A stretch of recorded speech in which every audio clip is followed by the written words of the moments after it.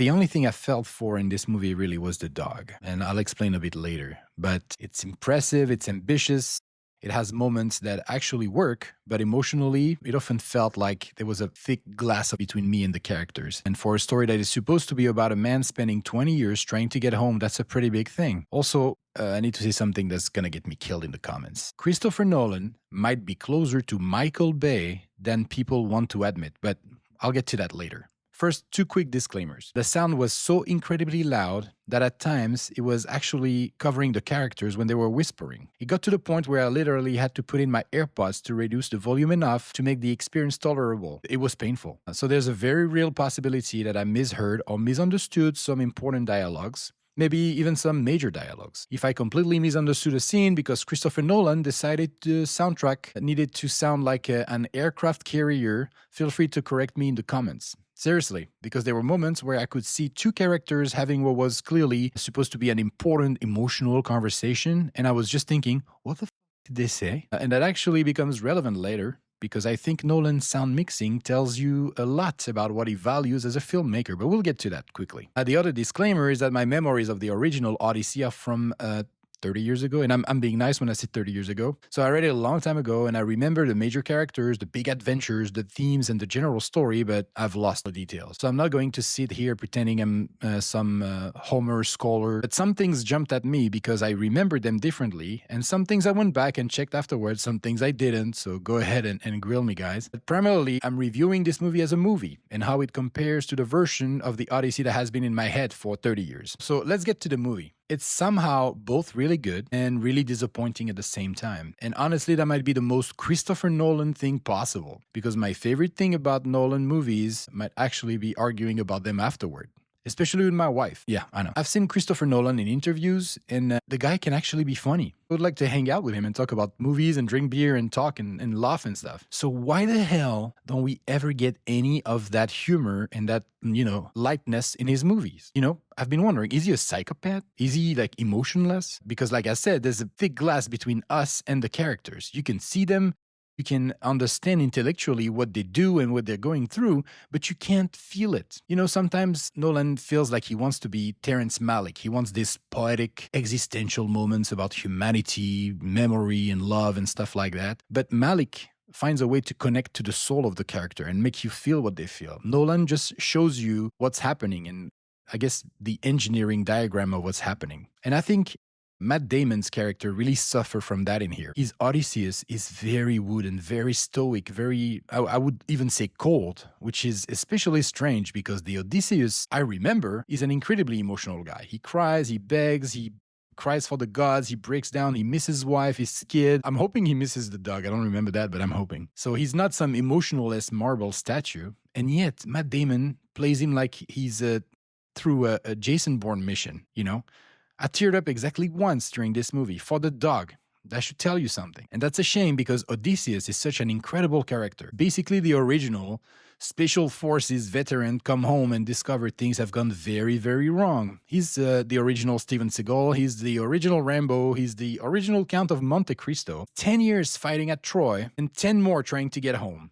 And when he finally gets there are 100 dudes in his house trying to marry his wife. So naturally, what does he do? He murders everybody. But there's something weird about the way the movie presents Odysseus. We never really shown that he's supposed to be this extraordinary fighter. We know he must be incredibly strong because he's the only person who can string his bow, but that's the big physical reveal as far as we're concerned. Clearly, the guy is not normal, but where was the setup that shows us that he's basically the ancient Greek equivalent of John Wick, We hear about Troy, we know he's a legendary warrior, but the movie never really established what specifically makes him so dangerous in combat. Then suddenly at the end, he takes on an entire room full of men and absolutely destroyed everybody. He's just Odysseus doing Odysseus things, you know what I'm saying? I think that payoff would have been much stronger if somehow, somewhere earlier in the movie, Nolan had actually, shown us why this guy was feared. Give me a moment where I understand, that's why you don't mess with Odysseus. Instead, the bow tells us he's really strong. And he can shoot really well, apparently. But in the final scene, he's a super soldier. There's another huge part of Odysseus that I don't think the movie establishes at all. His intelligence. That's supposed to be one of the defining characteristics of Odysseus. This is not just some giant warrior who can kill everybody. This is the guy who had the idea of the Trojan horse. He survived because he's clever. He lies, he manipulates, he improvises, he outsmarts people, monsters, and sometimes even gods. So that's his superpower. But in this movie, we are really not shown how clever he is. Most of the time, it feels like he makes a terrible decision. Something goes wrong, people die, and then run back to the ship. At some point, I started wondering, where's this legendary strategist everybody keeps talking about? Because the movie seems to rely on us already having read the book and knowing why he's a badass and he's smart and all that stuff. So the source is trust me, bro, basically, with this movie. It's the same with his fighting abilities, of course. The movie gives us the legend, but it doesn't earn it. I wanted to see why he was so special. I wanted to see and say, that's why this guy survived Troy. That's why Athena likes him. That's why Odysseus became Odysseus. Well, instead, the bow tells us he's freakishly strong. And the ending tells us he's suddenly an unstoppable super soldier. And the story tells us he's a genius. While half the movie seems to be him making catastrophic decisions and sprinting back toward his boat. What makes that funny in this version is that Odysseus talks about his guilt over what he did in Troy, and then eventually, basically, he commits a genocide in his living room. One of the other funny things about adapting the Odyssey is that you suddenly realize how much of it follows the same rhythm. 1, go to an island. Step 2, shit. Step 3, run back to the ship. Think about it. Christopher Nolan got 3 movies for Batman, but Odysseus gets 1? You're adapting one of the foundational adventure story of Western civilization, and we're sprinting through it. Seriously, I'll talk about the editing later. It's crazy. Some of the adventure, right? Some of those adventure, they need time, they need atmosphere, they need mystery, they need dread. You need to feel that you're in it in real time. Instead, the movie is just island, monster, escape. Next island, monster, escape.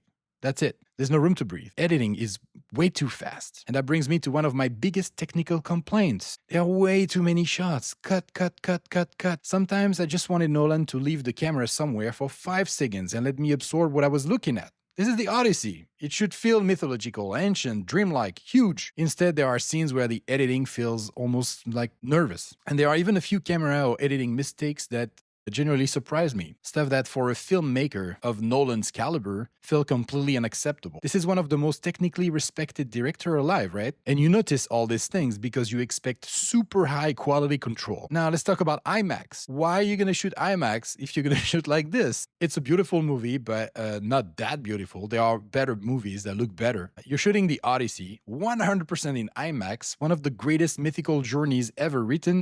The Mediterranean islands, the oceans, the god, the monsters, ancient cities. So why are you spending so much time in these tight, desaturated, discolored shots? And why IMAX? Show me the world. Let the frame breathe. Let me stare at something. There are moments where the scales come alive, but not nearly as often as I expected. And that ties back to the editing. All right, I think Christopher Nolan literally tells us what he cares about. All you have to do is listen to his movies, or try to, because the sound is so fucking loud that you can't understand what anybody is saying. And I think that tells you something. Nolan cares about the vibe of the moment, the feeling, the music, the image, the intensity, not necessarily every little words, because if every word mattered, you would be able to fucking hear it. And this is where I've started thinking something possibly, sacrilegious. Christopher Nolan might actually be closer to Michael Bay than we think. I mean, obviously, Nolan is more intellectually ambitious, but they both understand cinema as sensation. The image, the sound, the moment. It's almost like Nolan goes, all right, he whispers something romantic and profound to Penelope here. Great. All right. Music, beautiful face, emotion. Next, what did he say? Who cares? It looks cool. That's why the sound issue isn't just a technical complaint for me. It feels like a clue to how Nolan thinks. The details of the sentence are secondary. The experience of the moment comes first. So maybe he's also like Michael Mann, Telemachus, he has an interesting arc because the whole point is that he has to become a man while his father is gone, right? And I cannot believe I'm about to say this. You know who actually I think could have been a great casting for Telemachus? Fucking Timothée Chalamet. I know. I've been ragging on him too. But think about it. Telemachus is supposed to begin as this uncertain young man living under the gigantic shadow of his legendary father, like my kids. He needs vulnerability, he needs insecurity, and then he has to slowly become someone capable of standing beside Odysseus. Chalamet actually could have solved that transformation. He did it in Dune, right? But yeah, I really hate that this thought entered my brain, but here we are. Casting, it generally follows what I call the Game of Thrones rules. Are we in ancient Mediterranean setting? Yeah. then it's a free-for-all. Historically, I'm not convinced ancient societies were remotely as cosmopolitan and tolerant of cultural differences as modern movies sometimes portray them, you know? People have this strange romantic idea that ancient civilizations were basically multicultural cities with sandals. The reality was probably considerably darker, in my opinion. And people sometimes they forget that the world we live in now is 100% far more tolerant than any historical societies ever were. But you know, there's also Cyclops and witches and gods and people turning into pigs, so who cares? At this point, I've also just accepted Zendaya as a permanent feature of modern cinema. You could cut her out of this movie and insert her scenes in any of the Dune movies, and I wouldn't even notice. Zendaya exists, she doesn't bother me or wows me, she's not unpleasant. I'm actually starting to like her just because of familiarity. They force-fed me, and it was working. Hollywood successfully made Zendaya happen, and I don't know what to tell you. Next phase would be for me probably to expect her to be in a movie, and then disappointed when she isn't. And then there's this other casting choice that people were talking about, the Elliot Page thing. I gotta tell you, it didn't bother me really badly because Elliot Page has this unconventional, androgynous presence that fits really with the mythological atmosphere better than I expected. Sometimes weird casting works precisely because the character is supposed to feel like they exist in the uncanny valley, you know? And yeah, no knock on Elliot Page, I got nothing bad to say about it. What actually works? Well, I don't want to sound like I hated the movie. I didn't. There is some fantastic stuff there. The transformation involving the pigs, amazing. Grotesque, even. Exactly the kind of mythological insanity I wanted more of. The Cyclops screams destroyed my ears. That is one of those moments where Nolan absolutely understands scale and terror. When the movie embraces the fact that the Odyssey is fundamentally a bizarre thing, right? It makes no sense. I wanted more of that sense that Odysseus had sailed off the edge of the normal world. You know, there are clearly modern ideas being layered onto the story.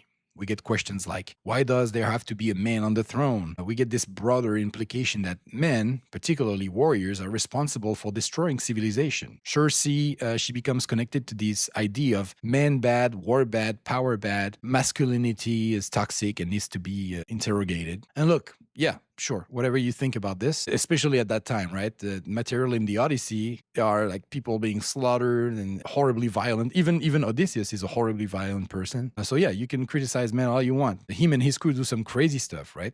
But sometimes the movie feels like it's having a very modern conversation with a story from ancient Greece. And those two things, they don't go together. Homer, his world is brutal, tribal, hierarchical, violent, honor-based. You can say what you want about that, but you can't completely replace it with modern moral assumptions without changing what the story actually is. And at some point I found myself thinking, hey, where the hell was Achilles? He's supposed to appear in the underworld, right?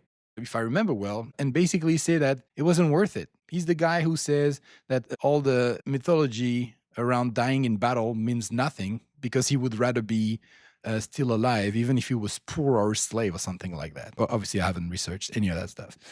That's a huge idea, especially for this version of Odysseus, who's revealing at the end that he's completely PTSD'd by what happened in Troy. He talks about guilt. He talks about how he's haunted by what happened. So why leave out one of the most powerful moments in the story about the cost of, warfare? Achilles, the greatest warrior of the entire Trojan War, right? Essentially, he tells Odysseus, hey, don't romanticize what happened to me. That feels relevant to what Nolan was trying to do, but it's not in the movie, which is puzzling. And I heard rumors that Elliot Page was supposed to be Achilles, but the casting backlash made them reshoot the whole thing. I don't know. It's doubtful that they would go through all the cost and all the thing without us knowing. But anyway, who knows? Then you have Penelope, right? She introduces a modern question. Why does Ithaca even need a man on the throne? Which is an interesting question, but it also feels like the movie occasionally, stops adapting the Odyssey and start arguing with the Odyssey. Sometimes it feels like the screenplay is looking directly at Homer and saying, hey,